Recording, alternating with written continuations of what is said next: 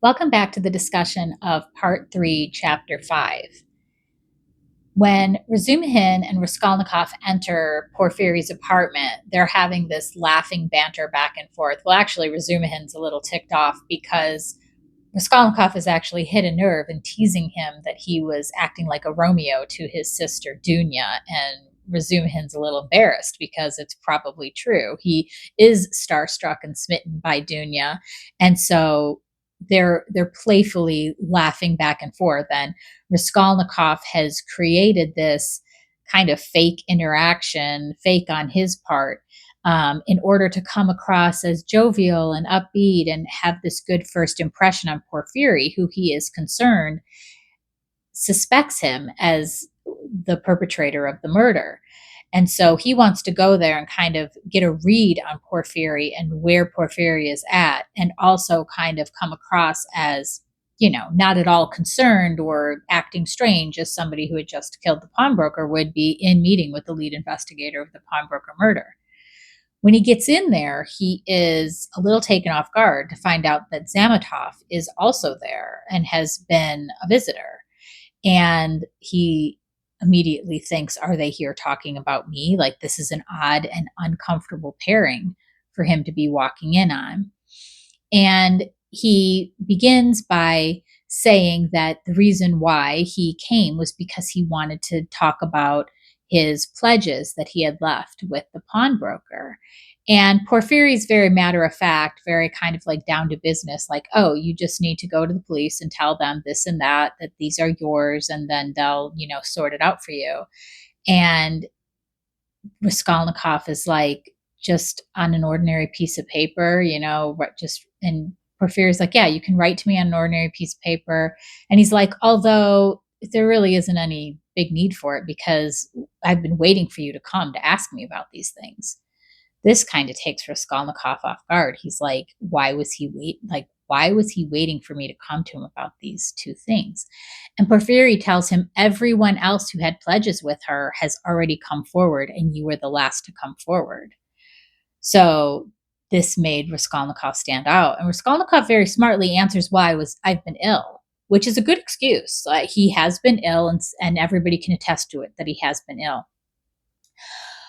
But there's another uncomfortable follow-up to all these conversations that they're having where Porfiry says, I really wanted to talk to you for another reason as well, because I read an article of yours 2 months ago.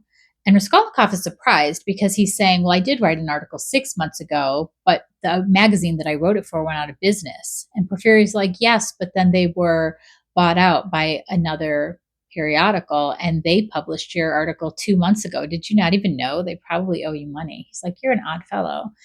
And he says, yes, I did write that article. And Porfiry says, well, what struck me, there's a couple of things that struck me odd about it. One of them was that you said that somebody who murders somebody or commits a crime, that is often accompanied by illness in the person who commits the crime. And it's like, this kind of strikes a blow because Raskolnikov has been ill.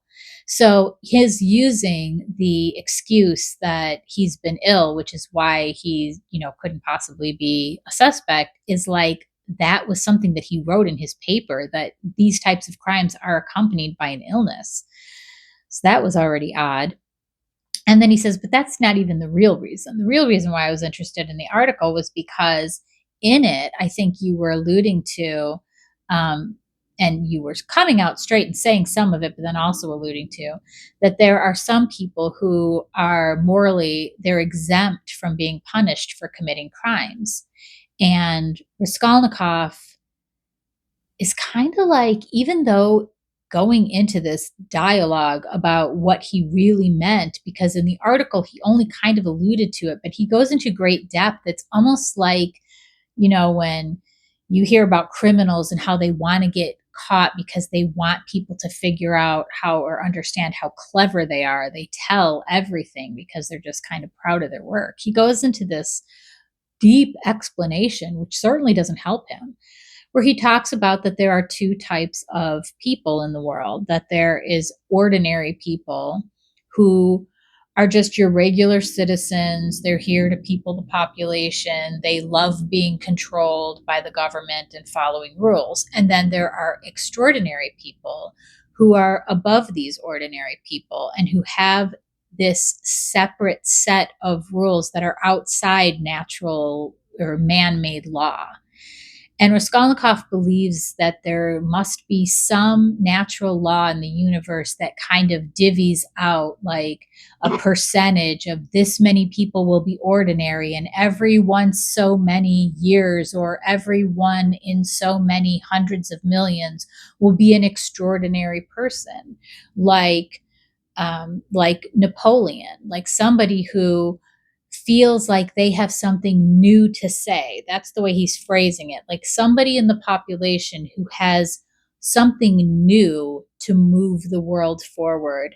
And in order to move the world forward, to have something new, that it's possible that there may be bloodshed and that they may have to murder people, kill people, whatever it takes to get that new thing forth into the world. And he uses the example of Newton and saying, if Newton wasn't able to freely give his ideas to the world, his discoveries, but there was an obstacle and he had to murder someone or a dozen or 100 people in order to bring that new idea into the world, that he would have every right to go ahead and kill those people in order to bring it into the world, because this new idea needed to emerge forth.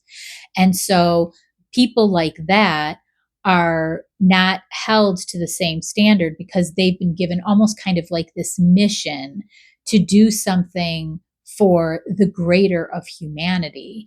And in doing something for the greater of humanity, there may be acceptable losses. And that is what Raskolnikov believes. And so he very clearly states this. And as he's stating this, Razumihin, who has been watching this interaction between Raskolnikov and Porfiry, is in absolute disbelief. He's like, what are you saying? How, you don't believe that? Like, you're saying that you think it's okay that some people murder people and that it's not a crime for them? Like, that can't be right. That can't be what you mean.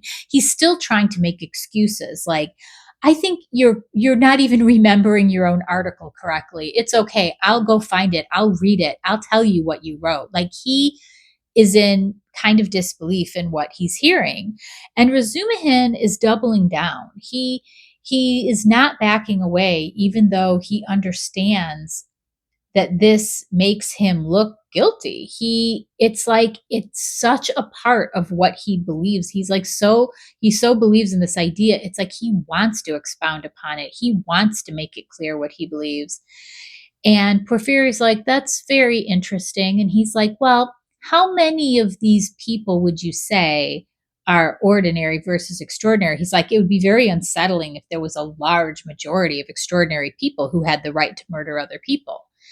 And Razumihin is like, or Raskolnikov is saying, well, no, it's not very many people at all. I mean, it could take, one in hundreds of millions. And so you don't need to be worried on that account. It's not like there's 1 in 100 who has free reign and no moral laws to follow.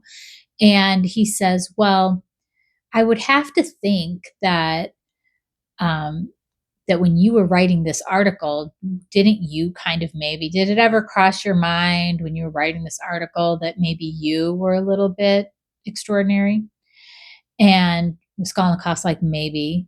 And they're just staring at each other. At this point, it's like staring each other down, and Razumihin is like, what am I even witnessing?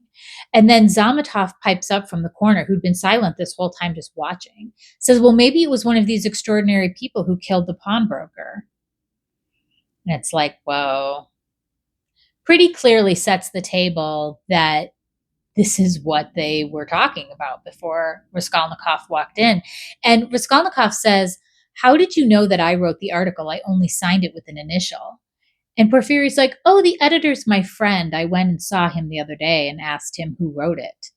And so it's like, clearly, probably the editor's not even his friend. He probably just went to see him in course of his investigation and is like, I'm a lead investigator on this murder, and I remember reading this article. It was unsigned who wrote it, and got the name of Raskolnikov. So he is really onto him at this point. And when Raskolnikov and Razumihin leave, um, Razumihin's very quiet.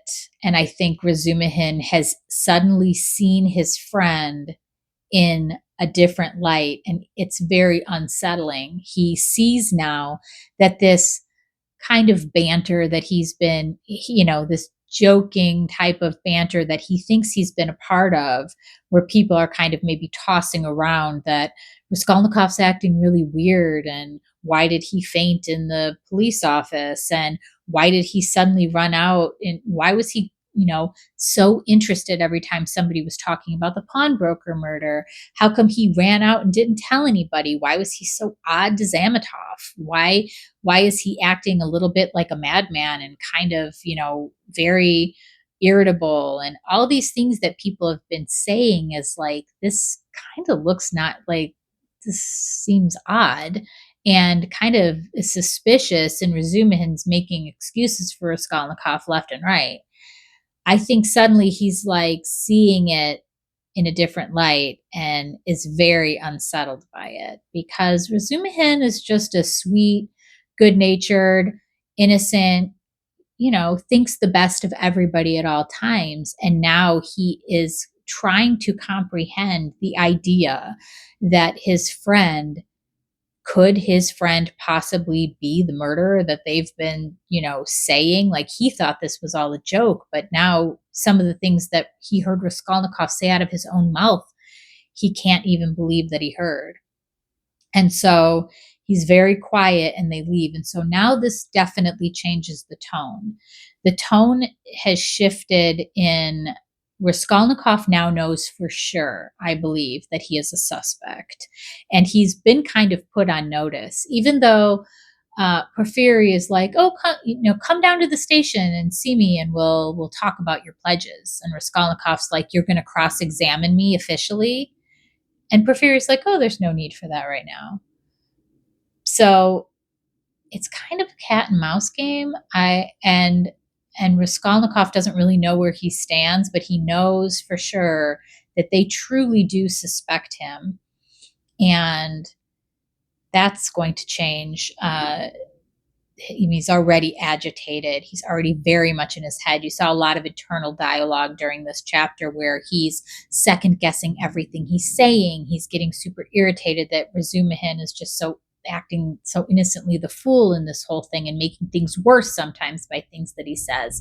He's questioning, in his mind, why is Porfiry winking at him? Why is Zametov rude? And then it's like, is Porfiry winking at him? Is Zametov being rude? Is that, like, they're saying things that might just be normal to say in a conversation, but the tone seems off. It's like he's so in his head because of the anxiety and the adrenaline. And, is this going badly or is it not? But by the end of the chapter, I feel like it really has gone.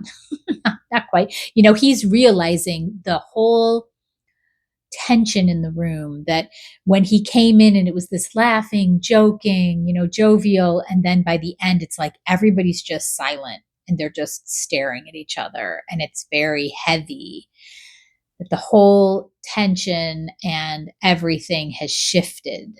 Mood has shifted. The cards, I feel like the cards are kind of on the table, or at least everybody's holding cards and everybody's suspicious of everybody else. So that's where we leave it at the end of chapter 5. Meet me in part 3, chapter 6, and we'll pick up where we left off.